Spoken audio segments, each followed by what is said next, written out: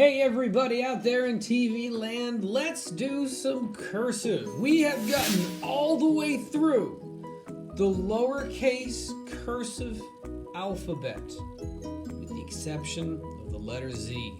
So what we're going to do is we're going to one last time review the formation of every letter and then introduce Z at the end, okay? We are going to very soon, you're going to get emailed to you a sheet where I'm going to ask you to print if you have the capability of printing. If not, we'll figure something else out. And it is going to be your cursive name.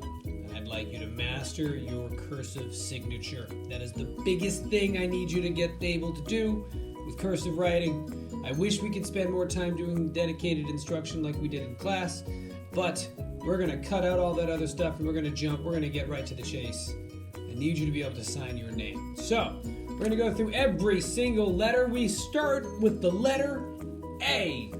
A, apple, A. I promise I won't do that for everyone. All right, so A starts on the grass line. It's a 2 o'clock letter, bounces back down, up and around.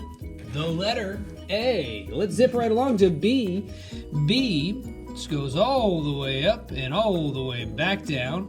B bounces up, and then it bounces again for that connector. The letter B. Slant is important. The letter C is the 2 o'clock letter. Stops at 2 o'clock, bounces back down and around. D forms very similar to C. It is also what we call a 2 o'clock letter. Goes to 2 o'clock, bounces all the way around and back up. Oh, I fell short. All the way down. D. E. Everybody knows how to do their E. E is just like an L, but there's a wicked slant. Make sure you get that slant. F. F goes all the way up and all the way back down. It's a drop-down letter, and that is the connector. If you need to see these more than once, hey, you can rewind. It's cool. G is also a 2 o'clock letter. 2 o'clock, back around, up, down. We got our loop at the bottom, our connector. H, just like an L. Bounce back up to that dotted line. You got your connector. H. I don't know that we ever spent a lot of time doing I's, but there it is. Hey, there was a cursive I right outside our classroom that none of y'all ever found. J. Dot your J. K is a weird looking letter. It looks like a capital R, but not capital. It's a K. L is gotta be the easiest cursive letter to get squared off.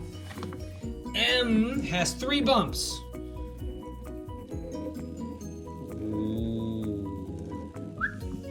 N, if you do not be careful with the distance between this bump and making sure it's not as wide as that bump, your N looks like an M.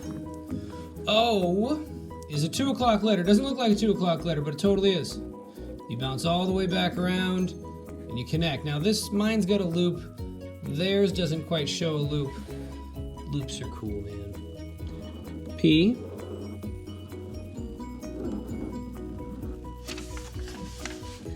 Q.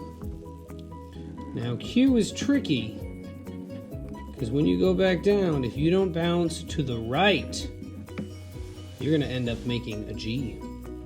R has a little bounce. When you do your R, slant is very important, otherwise it doesn't look like an R. It can very easily be mistaken for an N. Here's an S. S is like you've got a swoop up, back around, and then connect. T, cross your T's. U has that connector. V, some of our V's go back down straight. Some of our V's bounce over. It's personal preference. W I'm not sure that we ever actually spent any time dedicated on W. It's such an easy one. X. All right, you know what? I know that we never did X. I'm going to take my time on this one. X is a two-part. It goes up and loops down, just like a roller coaster, and then you cross it. Goes up and just comes down, and then you cross your X. Y and the Z. Now the Z is a weird looking scribbly line. To do your Z, let's go very slow. Let's outline it first. We bounce all the way up to the dotted line, and we get a little half bounce.